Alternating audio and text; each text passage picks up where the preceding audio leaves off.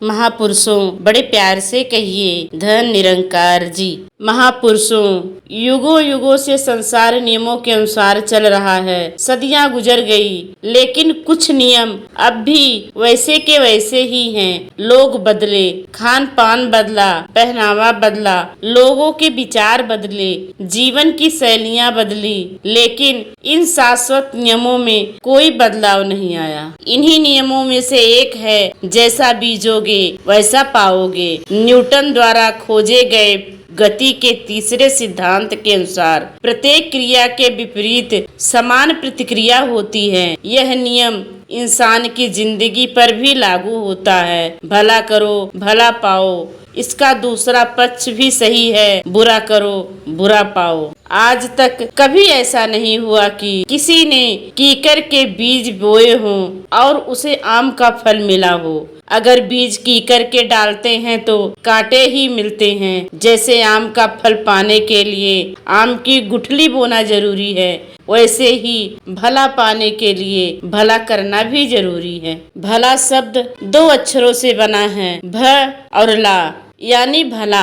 अगर अक्षरों को उल्टा लिखा जाए तो ला धन भ बराबर लाभ बनता है। बात सीधी सी है, भला करने से लाभ प्राप्त होता है और यदि दूसरे का भला करने से अपना लाभ होता है तो दूसरे का बुरा करने से भी अपनी ही हानि होती है। एक किसान और कुम्हार आपस में दोस्त थे। दोनों ने अपने सामान को शहर जाकर बेचने की योजना बनाई। किसान ने खेत से छौलिया काटा और कुम्हार ने अपने बनाए मटके साथ ले लिए। शहर गांव से दूर था, इसलिए उन्होंने एक ऊंट किराए पर ले लिया। ऊंट के ऊपर एक तरफ कुम्हार ने अपने मटके लटका दिए और दूसरी तरफ किसान ने छौलिया रख दिया। इस तरह से दोनों अपना अपना सामान उस पर लाद कर शहर की ओर चल दिए। ऊंट के आगे किसान और पीछे हाथ में छड़ी लिए कुम्हार चल रहा था। हरे हरे छौलिये देखकर ऊंट के मुंह में पानी आ गया। उसका छौलिया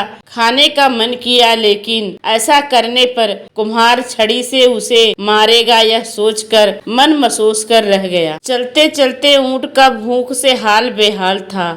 चूंकि उसे बहुत भूख लग रही थी, उसने अपनी गर्दन पीछे घुमाकर थोड़ा सा छौलिया खा लिया। कुम्हार ने उसे छौलिया खाते नहीं देखा, इसलिए वह पिटाई से बच गया। यह देखकर वह मन ही मन बहुत खुश हुआ। थोड़ी दूर जाने पर छौलिये की खुशबू उसे गर्दन पीछे घुमाने को मजबूर करने लगी। उसने पीछे मुड़कर थोड़ा सा छौलिया और खा लिया। कुम्हार ने उसे छौलिया खाते देख लिया। ऊंट की चोरी पकड़ी गई, लेकिन उसे हैरानी हुई जब कुम्हार ने उसे छड़ी से नहीं पीटा। असल में कुम्हार सोचने लगा कि छौलिया तो किसान का है, अगर ऊंट उसे खा रहा है तो उससे मुझे क्या, मेरे घड़ों को तो वह कोई नुकसान नहीं पहुंचा रहा। यह देखकर ऊंट के हौसले बुलंद हो गए। वह बार बार पीछे मुड़कर छौलिया खाने लगा। कुम्हार सब कुछ देखकर भी कुछ नहीं बोला। धीरे धीरे ऊंट ने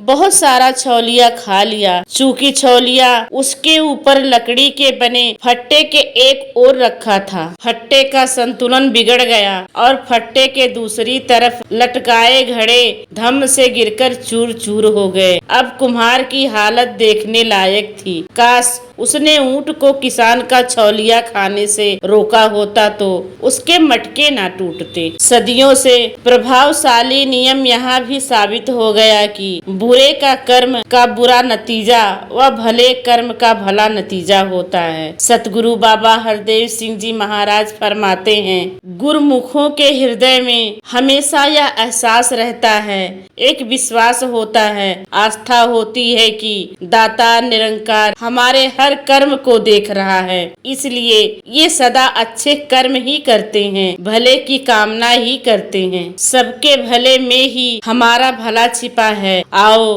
कभी किसी का बुरा ना सोचे, हम सबका भला ही करते जाएं। महापुरुषों बड़े प्यार से कहिए धन निरंकार जी।